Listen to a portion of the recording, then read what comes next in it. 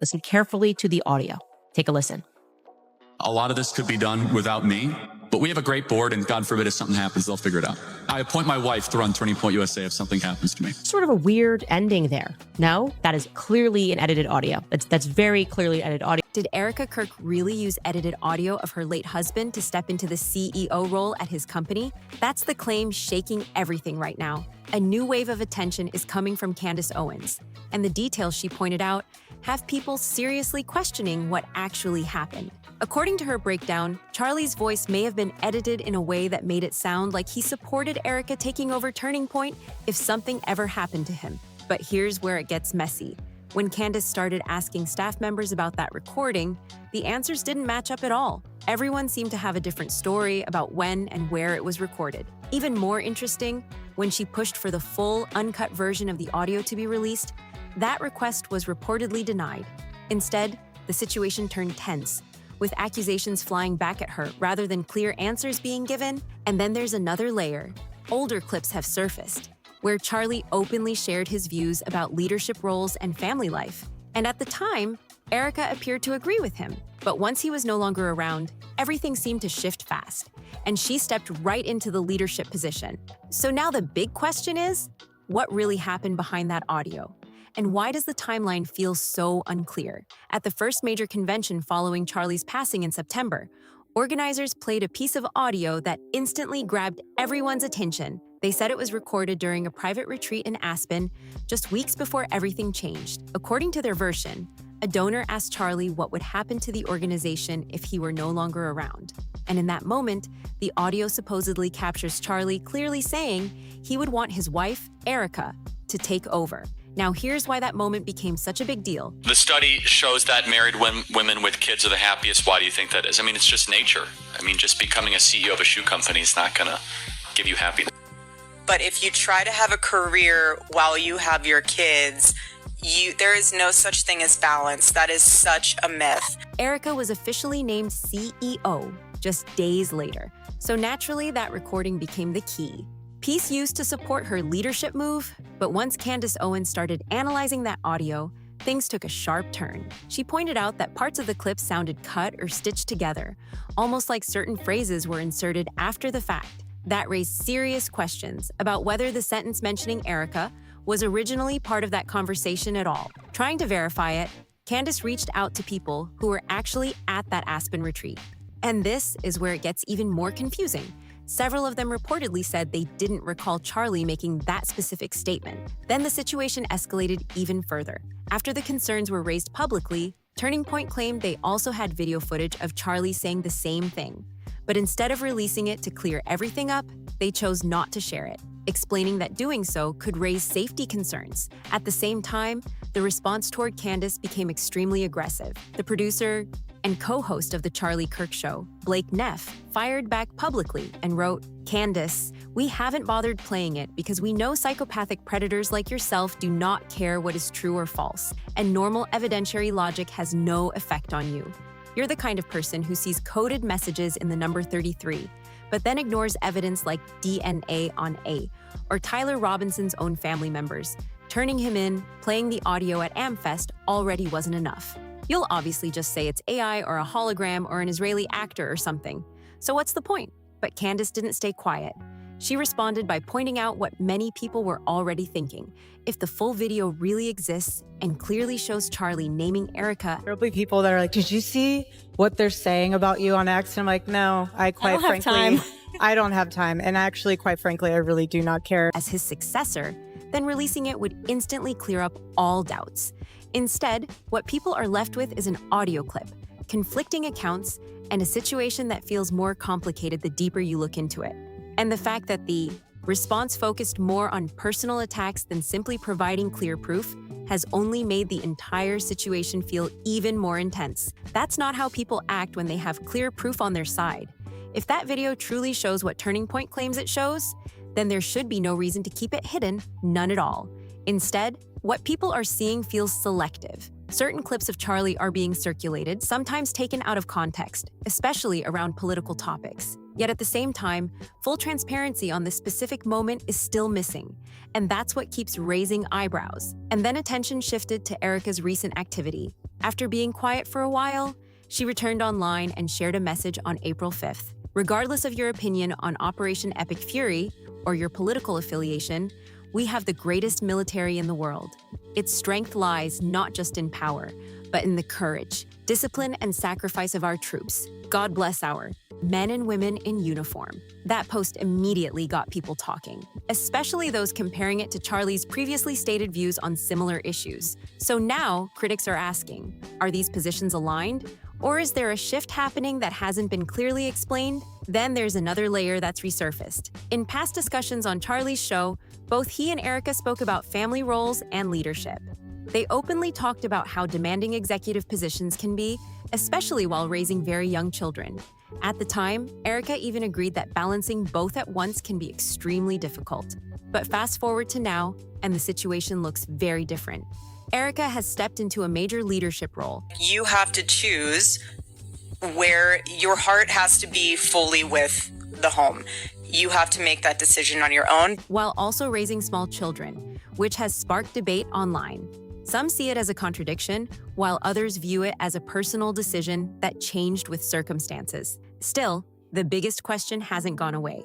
If there is full video footage of Charlie clearly naming Erika as his successor just weeks before everything happened, then releasing it would instantly clear the air and end the speculation. Instead, people are left comparing a short audio clip, one that some believe sounds edited, with statements about a video that hasn't been shown. And that gap between what's claimed and what's actually available is exactly why the story continues to build momentum. And this is where everything starts to feel even more intense.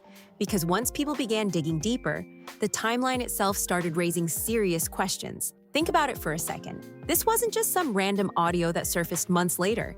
This was played at a major event, right at the moment when leadership was being solidified. That means the timing of that audio wasn't accidental.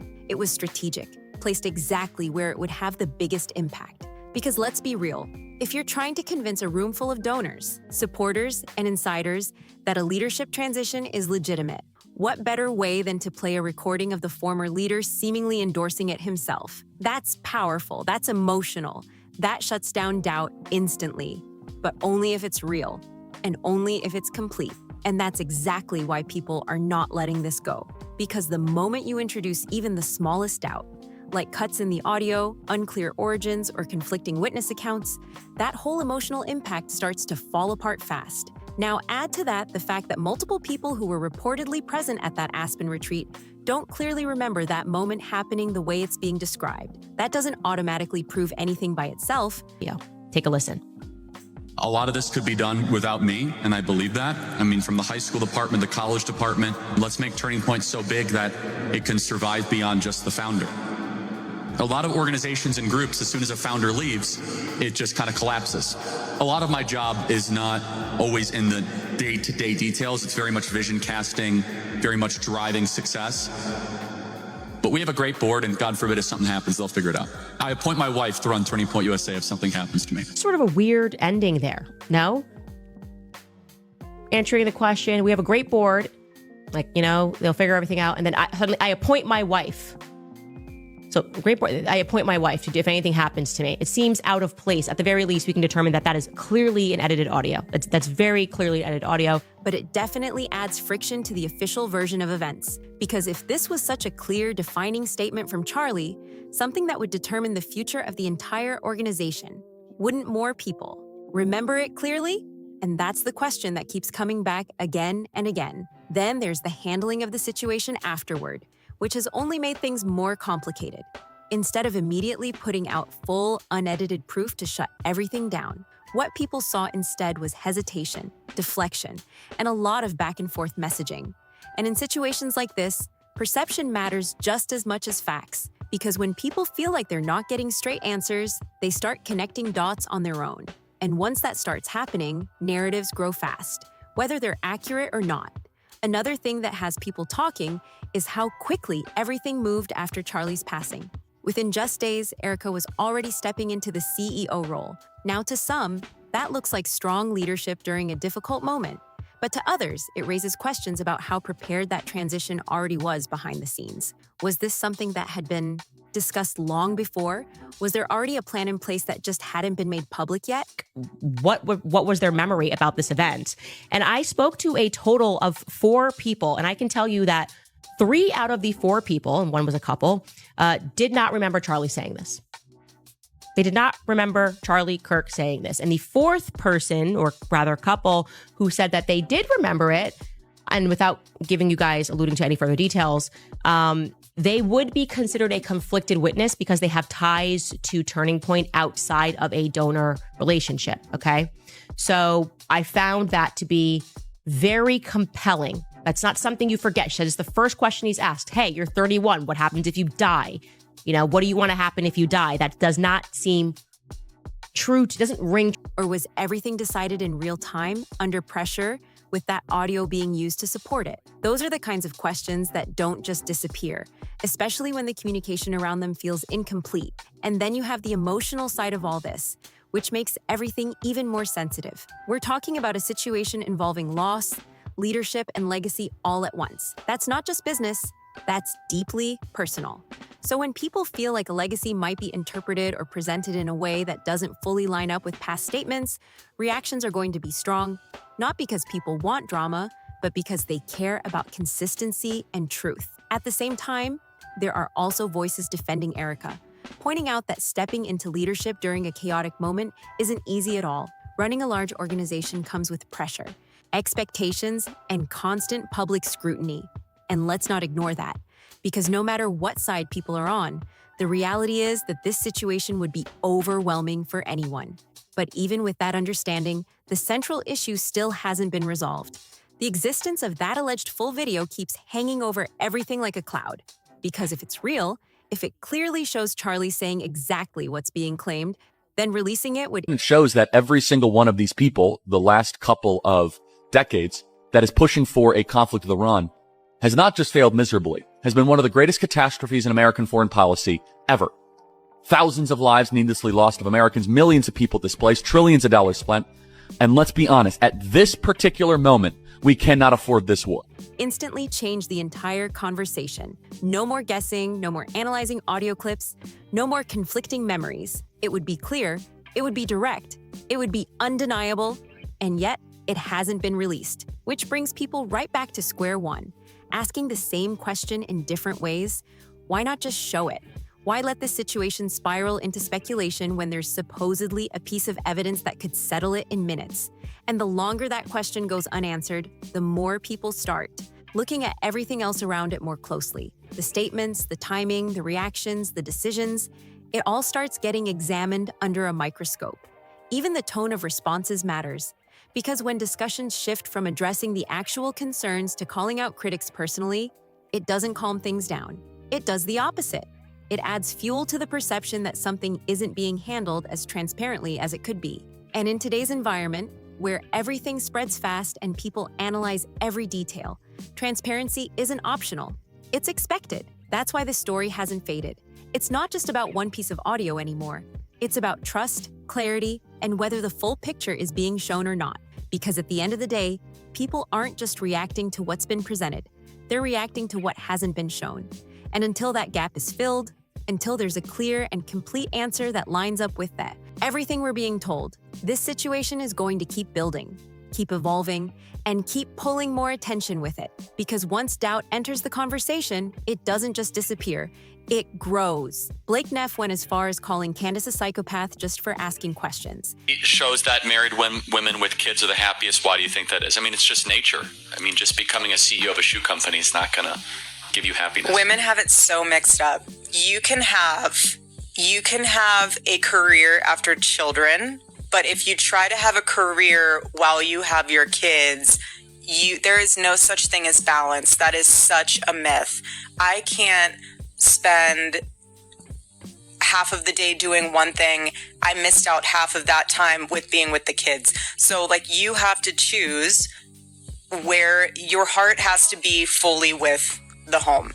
you have to make that decision on your own. But you can always, after your kids are in school or after they're in high school, you can always go back to work. And that moment alone shifted the tone of this entire situation in a big way.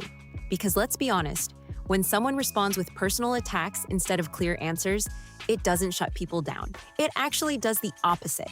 It makes people pause, rewind everything, and start looking even closer at what's really going on. And that's exactly what happened here. People weren't just focused on the audio anymore.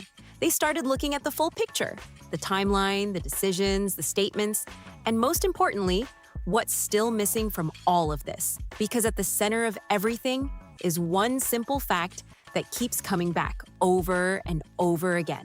If there is a full video that clearly shows Charlie naming Erika as his successor, then releasing it would instantly clear up all the confusion. No debates, no breakdowns, no speculation, just a clear answer. And yet, that hasn't happened. Instead, what people have been given is a short piece of audio that some believe sounds edited, mixed with explanations that don't fully line up when you put them side by side. And that gap between what's claimed and what's actually shown is exactly why this story refuses to slow down. Now let's talk about something else that keeps coming up, because it's impossible to ignore. Erika's past statements.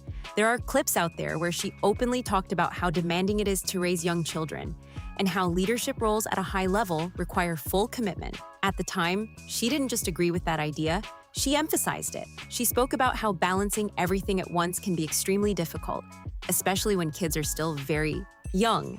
That message was clear, direct, and something a lot of people actually respected her for. But now fast forward to today, and the situation looks completely different. She's running a major national organization, making public statements, handling pressure from all sides, and stepping into one of the most visible leadership roles possible. And for many people watching this unfold, that shift feels sudden. Now, to be fair, life circumstances can change fast. Unexpected situations can force people into positions they never planned to take on. That's real, and that deserves to be acknowledged. But at the same time, when someone has previously spoken so strongly about one perspective, and then their actions shift in a completely different direction, people are naturally going to notice that. And not just notice it, they're going to question it. That's human nature. Then there's another layer that keeps coming back into the conversation, and that's the lack of clear, consistent documentation. Because if Charlie truly wanted Erika to take over in such a major role, people expect that kind of decision to be documented in multiple ways. Not just one audio clip. Where's the full unedited recording? Where is the video that's been mentioned? Was there any formal statement, letter, or official confirmation made before everything happened? These are not unreasonable questions. They're basic expectations when it comes to leadership transitions at this level. And the fact that every key piece of supporting material seems to appear only after Charlie is no longer here to clarify things himself, that's what keeps people talking. Because timing matters, context matters, and consistency matters more than anything.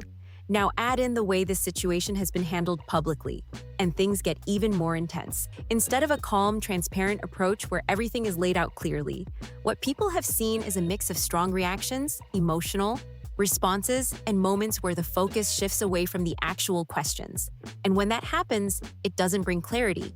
It creates even more confusion, because people aren't just paying attention to what's being said, they're watching how it's being said. And tone can say just as much as words. If the goal is to build trust and remove doubt, the simplest path is always transparency. Show the full context, release the complete material, let people see everything clearly without having to piece it together from fragments. That's how you end speculation instantly.